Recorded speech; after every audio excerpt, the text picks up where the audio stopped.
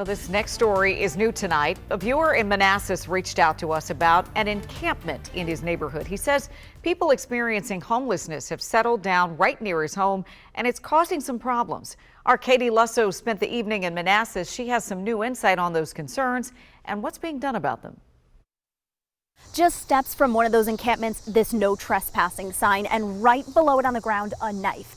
And it's items like that that have neighbors in this area concerned. One day, a group of people just showed up and started living in our woods. Stephen Farr says it began the first week of May in the woods behind his home on Fort Rose Drive in Manassas. They were running generators, they were playing music loud, they were having barbecues. But then he says things took a turn. We started losing bicycles, we started losing grills, patio furniture, hammocks, and we found them all in the woods. He and his neighbors started checking their cameras. We have them on camera walking in our backyard stealing plants and patio furniture. I'm not even sure why they would steal plants. Since then, things have only gotten worse, from finding drug paraphernalia, Needles, we found a bag of narcotics over behind the bushes here, to seeing smoke billowing up. It was right over here. Antonio Figueroa says he saw at least one of the fires burning. Another neighbor shared this footage of the smoke, and we found some of the debris. They got their HOA involved, who contacted the county. The HOA paid for these signs here to be put up for no trespassing, but it doesn't stop the people that are coming in and out. They and their neighbors say they're concerned about safety. We've had homeless back here before and they've never bothered anyone, and we understand that people fall in hard times. Our concern is more with the drugs. And the well-being of those living in these encampments. People were back here struggling and suffering,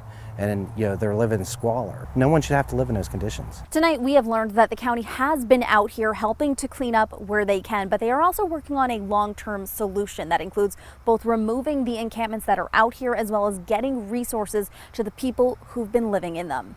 In Manassas, I'm Katie Lusso, WUSA 9.